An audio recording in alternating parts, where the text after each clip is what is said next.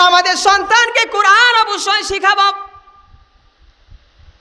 কোরআন অনুযায়ী তার জীবনকে পরিচালিত করার জন্য প্রয়াস চালাবো, চেষ্টা করব।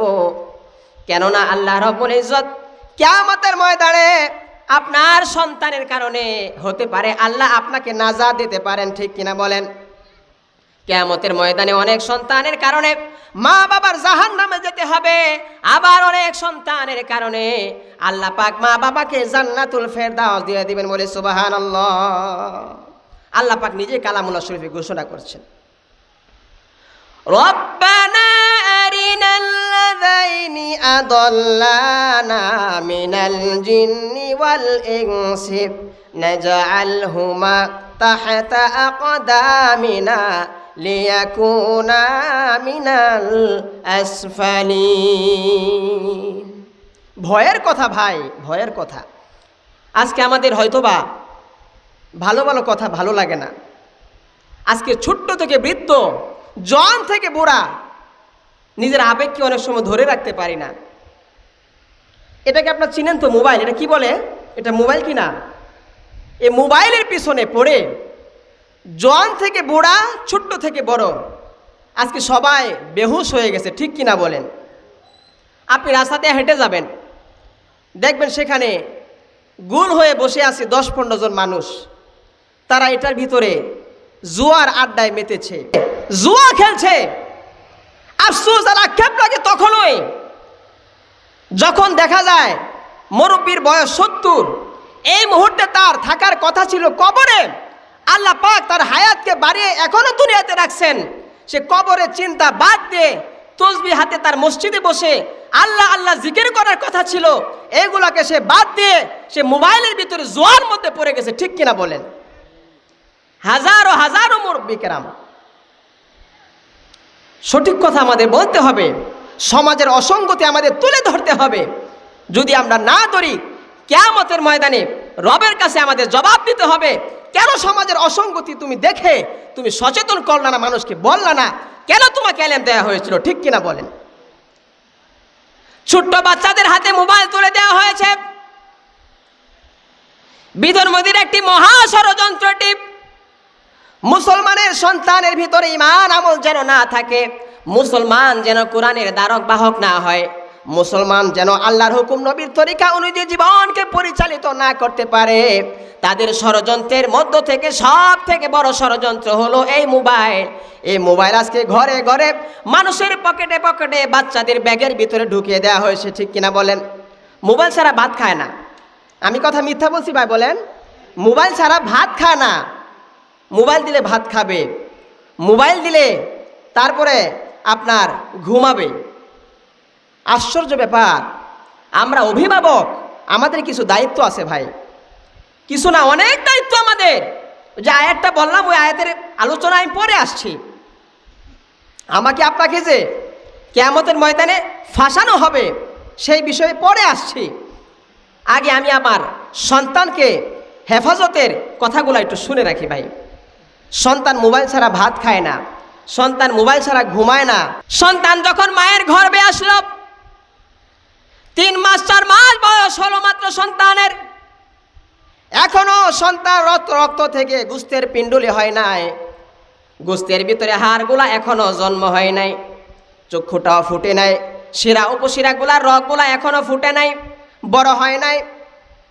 মায়ের আমল করার প্রয়োজন ছিল, মায়ের প্রয়োজন ছিল পর্দার সাথে চলা, মায়ের প্রয়োজন ছিল টিভির সামনে না যাওয়া, মোবাইলের পিছনে সময় ব্যয় না করা, সময়ে সময়ে কোরআন শরীফ তেলাওয়াত করা, জিকির আজকার করা, ইস্তেগফার করা, নামাজ পড়া। মা সব কিছুকে বাদ দিয়ে মোবাইলের ভিতরে সিনেমা দেখেছে, সিরিয়াল দেখেছে, ঠিক কিনা বলেন?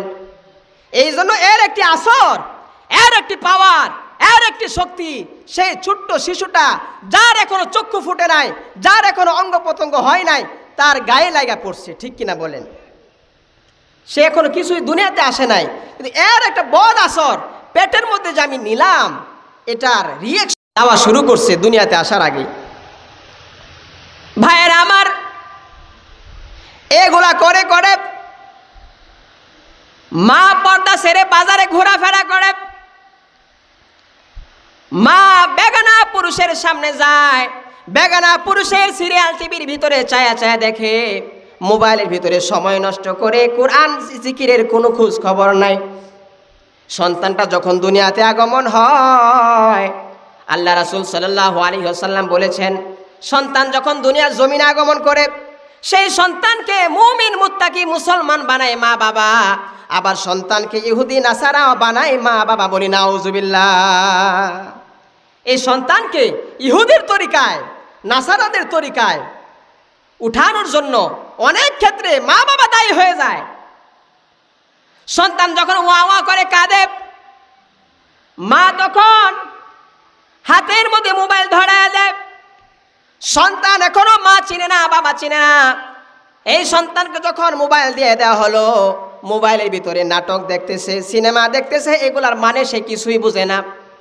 তারপরেও সে দেখতেছে, কান্দা থেমে যায়। এই সন্তান যখন বুঝ হয়, বড় হয়, সন্তান মোবাইল ছাড়া ভাত খায় না, ঠিক কিনা বলেন? তখনই কয় মোবাইল দাও, মোবাইল দাও, মোবাইল ছাড়া মাথায় যাবো না, মোবাইল ছাড়া ভাত খাবো না, মোবাইল ছাড়া আমি করবো না, ঘুমাবো না। এত একটি অবস্থা। এই মোবাইলের সব থেকে বড় আরেকটি ক্ষতি, আপনার লোকেশন ট্যাগ করা হচ্ছে। কিছুদিন পরে অথবা অনেক পরেও হতে পারে, কিছুদিন পরেও হতে পারে, কিন্তু বর্তমান বিশ্বের প্রেক্ষাপট বলছে অল্প কিছুদিন পরে মুশরিকদের সাথে মুসলমানদের বিশাল আকার যুদ্ধ শুরু হয়ে যাবে। সেই যুদ্ধের ভিতরে হাজারো হাজারো লক্ষ লক্ষ মুসলমান শহীদ হবেন। আপনার আমার একান্ত গোপনীয়তাকে প্রকাশ করার জন্য, গোয়েন্দাগিরি করার জন্য আপনার সাথে মোবাইল দিয়ে দেওয়া হয়েছে। আপনি কোথায় যান, কার কাছে যান, কার সাথে কথা বলেন, মোবাইলে কোন জিনিসটা আপনি মেসেজ করলেন, সবগুলোকে তারা ট্যাগ করছে। আর দেখছে 100 ভাগ মুসলমানের ভিতরে কয় ভাগ মুসলমান আল্লাহর হুকুমকে পালন করছে, আর কয় ভাগ মুসলমান ইহুদি নাসারাদের তরিকা নিয়ে চলছে। এগুলো তারা ট্যাগ করছে। ভাই ঠিক কিনা বলেন? ট্যাগ করা বুঝেন? তারা গোয়েন্দাগিরি করছে। তারা দেখে মুসলমানের সন্তান শতকরা 99 জন মোবাইলের ভিতরে তারা বেহায়াপনা দেখতেছে। এগুলো তারা দেখতেছে বসে বসে। সেখানে মুসলমানের সন্তান শতকরা 99 জন কেসিনোতে লিপ্ত আছে, জুয়াতে লিপ্ত আছে। সে নামাজের ধার ধারে না, রোজার ধার ধারে না, ভালো কথা তার ভালো লাগে না।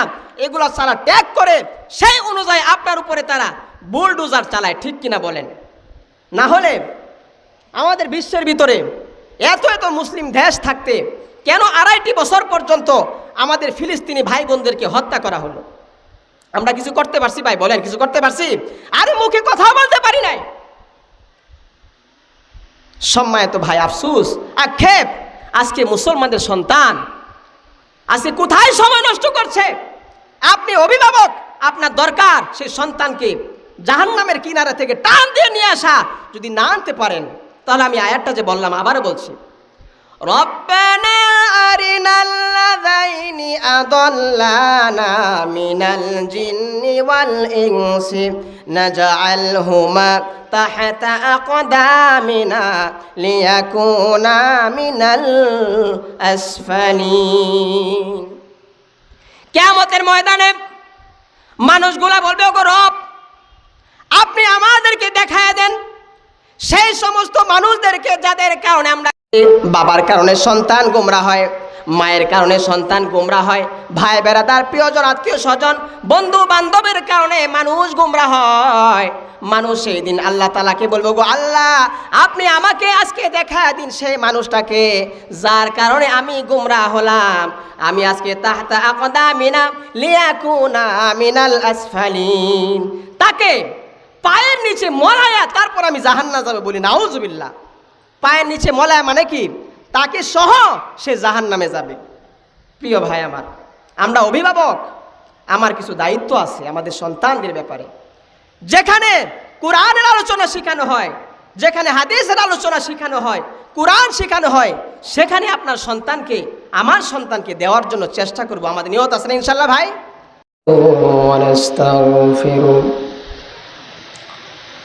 ونعوذ بالله من شرور أنفسنا ومن سيئات أعمالنا من يهد الله فلا مضل له ومن يضلل فلا هادي له ونشهد أن لا إله إلا الله وحده لا شريك له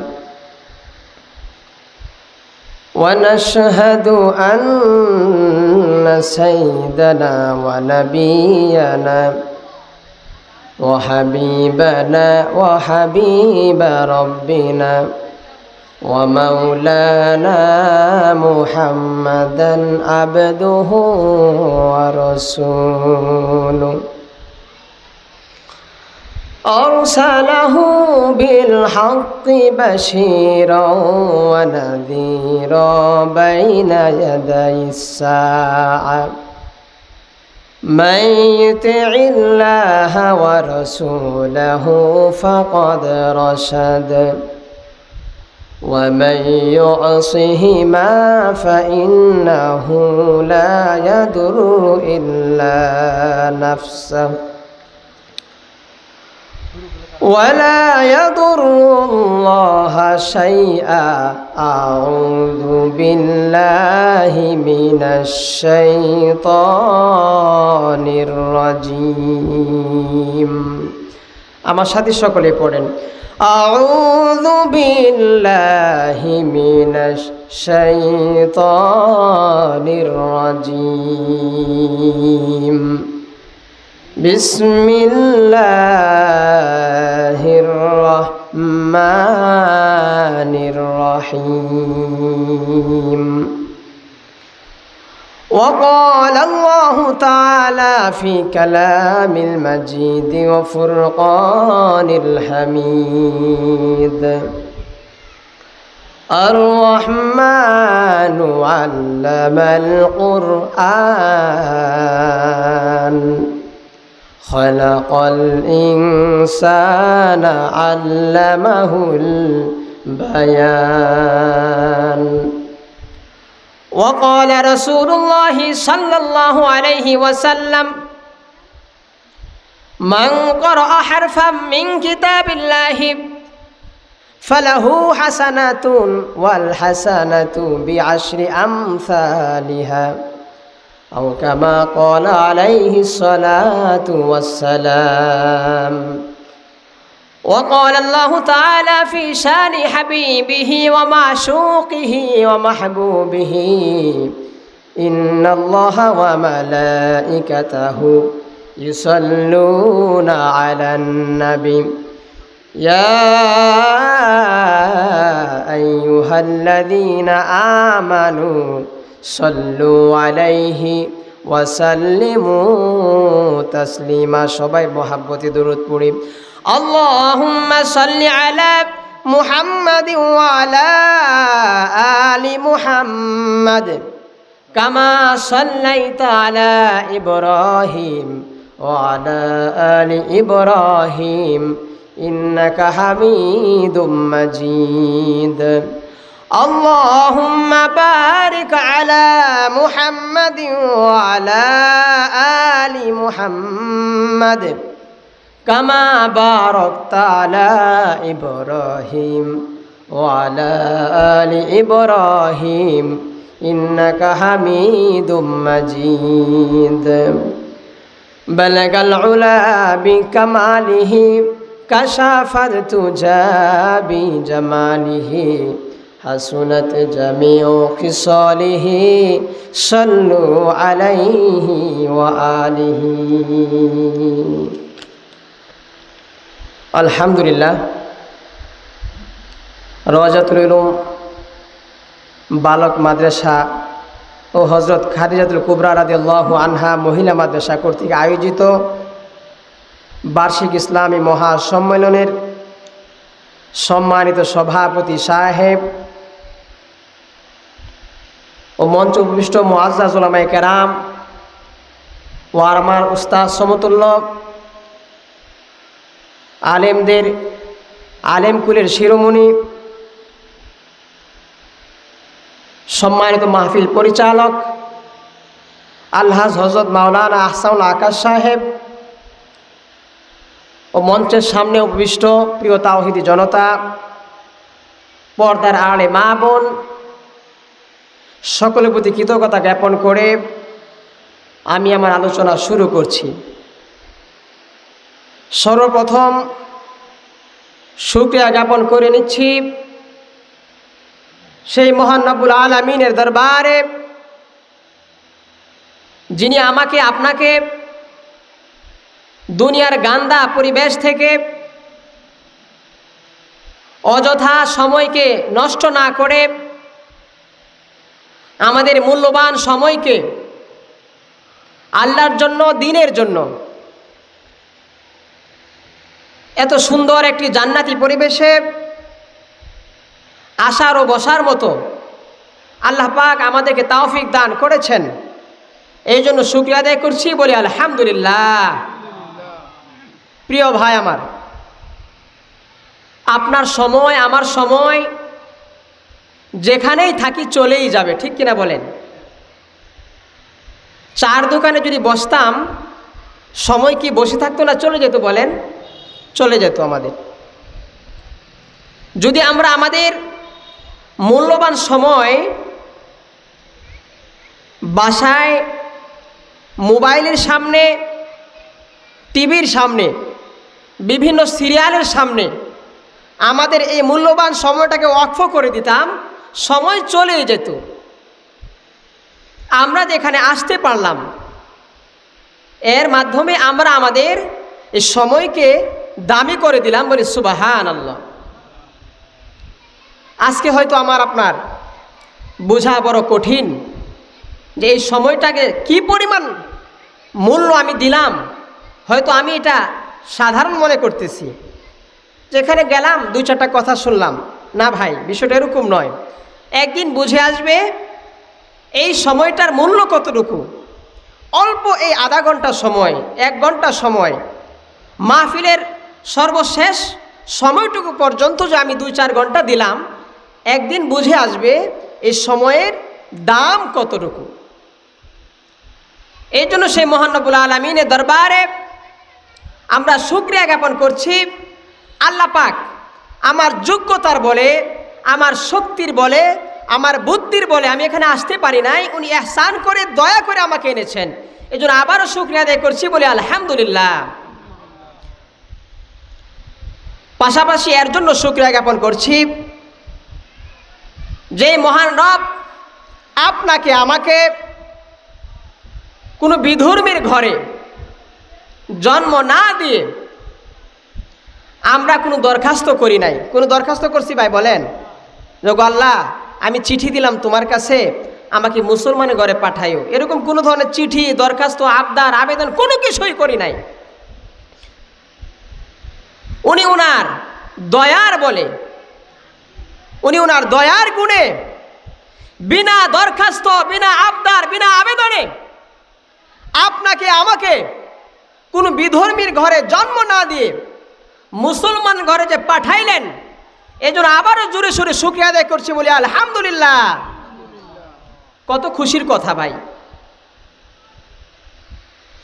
যদি আমার জন্ম কোনো বিধর্মীর ঘরে হয়ে যেত,